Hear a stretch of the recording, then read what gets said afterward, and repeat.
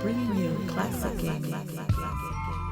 What's the deal, world? I go by the name of Biz Billa, and you tuned in to BYC Gaming, bringing you classic gaming, or, bring your controller. Today we bringing you a little bit of the MLB The Show 20, basically a new series I like to bring to y'all called Around the Bags, where we talk a little baseball, the happenings within the sport. We just had this season wrap up. I'm gonna give you some Dynasty play while we talk a little bit of baseball.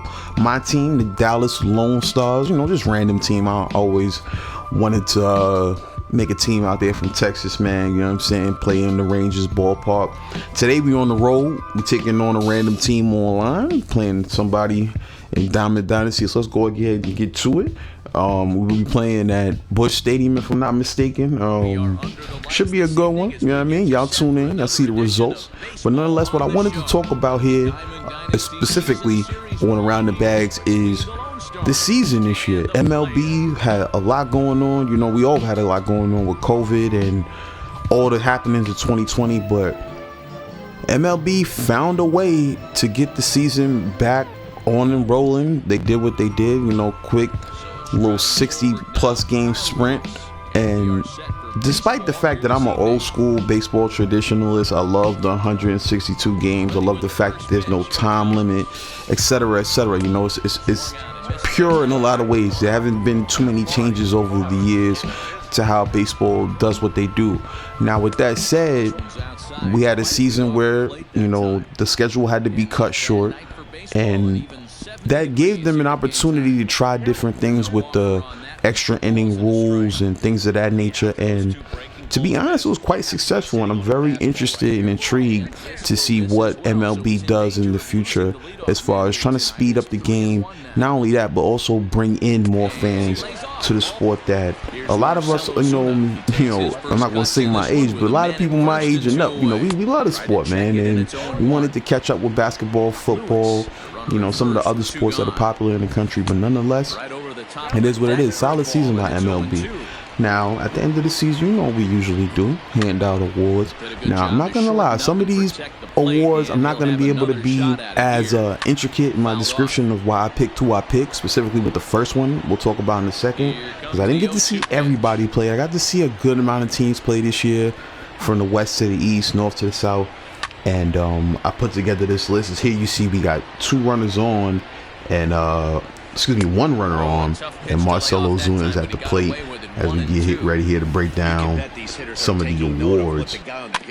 So let's talk about NL Rookie of the Year. Now, this was one I had a little trouble with because I wasn't as familiar with all of the star rookies that emerged this year. But after doing my research, I think it's pretty clear you're gonna have to rely. I had to rely on reports and stats for this one, and the San Diego Padres' Jake Cronenworth seems to have had the most effective season of any rookie in the National League. Man, 54 games, batted a strong 285. 4 home runs. Speaking of home runs, it looked like Marcell got all of that ones back, and out of here. So there you see, we take a 2-0 lead right there as we take a look at the replay. But nonetheless, Cronenworth, 4 home runs, 20 RBIs in 54 games. Just based on the stats, he had a very solid season. And based on the reports, most people would say he was the most consistent rookie this year. So I've got no problem showing my love to him. Like I said, it's not something I was familiar with as far as all of the NL rookies, but if I had to make a bet, based on statistics, I would lead towards Jay Cronenworth. Salute to his season for the Padres. Nonetheless, as far as the AL is concerned, there's 2 guys that I was very interested in seeing coming into the season, and they proved their worth right away, man. I'm talking about Kyle Lewis and Luis Roberts. I'm gonna split the award for AL Rookie right down the middle between both of them. 56 games played for Robert, man. 11 home runs, 31 RBIs. Very speedy on the base paths. As far as Kyle Lewis, very, very, very, very, very solid hitter. Kept that average around the high 200s and the low 300s. You know what I'm saying? 11 home runs, 28 RBIs in 58 games. Very, very, very, very solid season for both of them.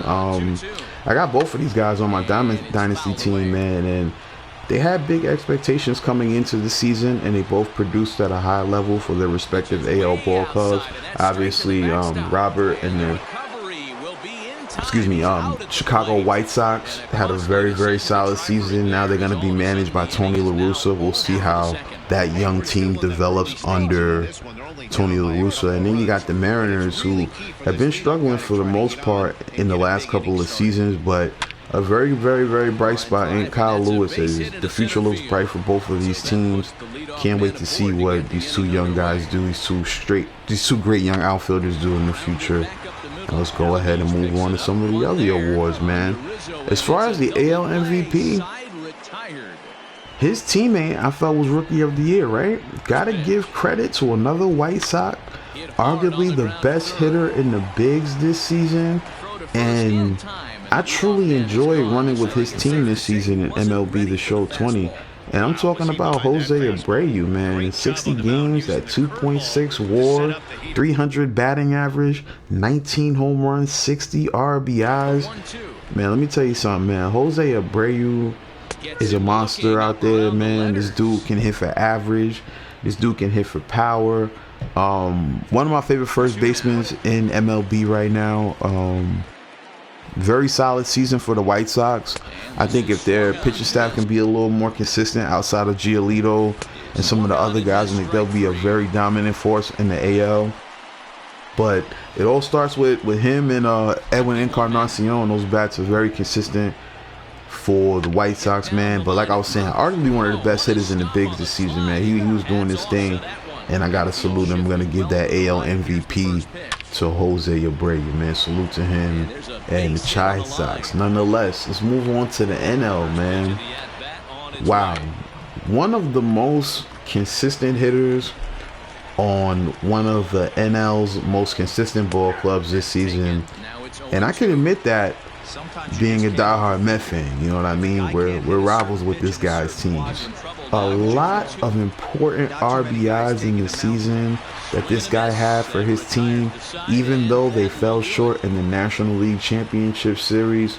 I'm talking about none other than Freddie Freeman, man. In all 60 games, man, this dude was tough, man. I mean, great with runners in scoring position, as you can see with the 53 RBIs, very high batting average. I mean, OPS was solid. I mean, this guy was just solid all year round, man. 13 home runs, very clutch. And as I said before, a lot of important RBIs. When the Braves had close games, you can guarantee when you get to that part of the lineup, you're going to have to deal with Acuna. You're going to have to deal with Albies.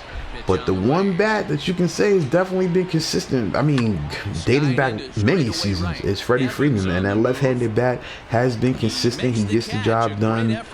Great cleanup hitter, great number 3 hitter. You can plug him in either spot. He's going to give you production. Got to salute Freddie Freeman, man. If I'm going to be honest with you, man, it was tough watching them in the NLCS because I wanted to pull for the Braves, you know what I mean? Like NL East, you know, I want us to represent. But at the same time, it's like the Nationals just won a championship.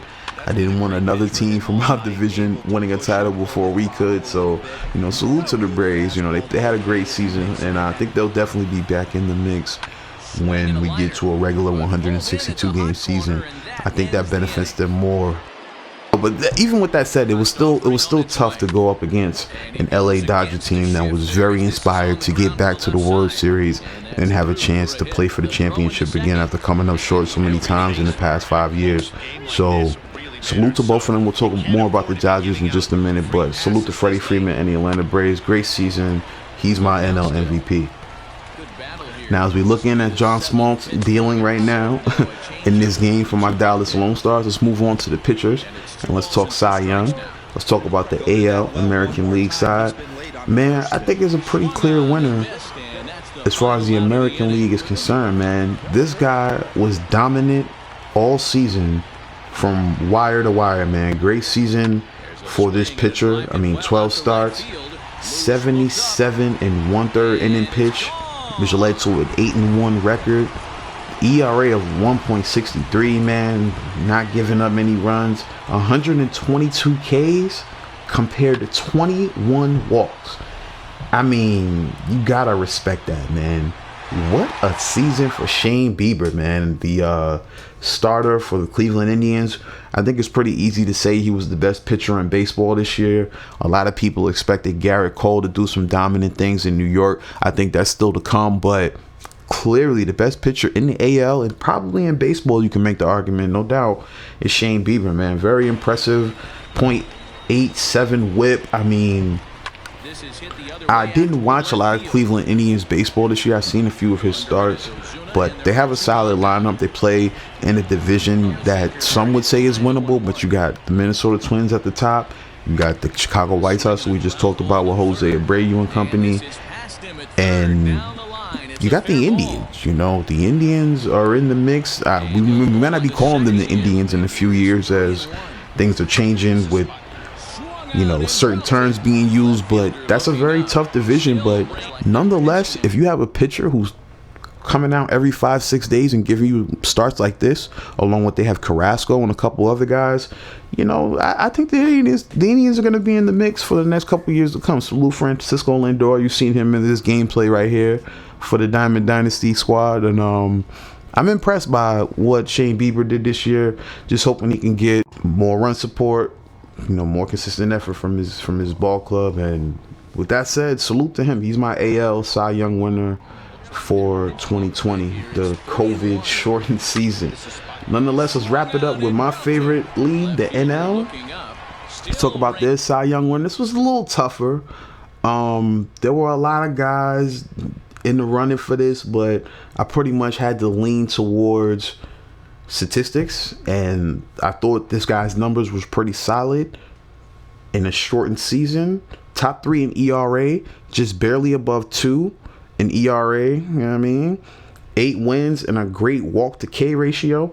Talking about Yu Darvish, 76 innings pitch, 83 starting record, an ERA of basically 2, whip under 1, 93 Ks, 14 walks.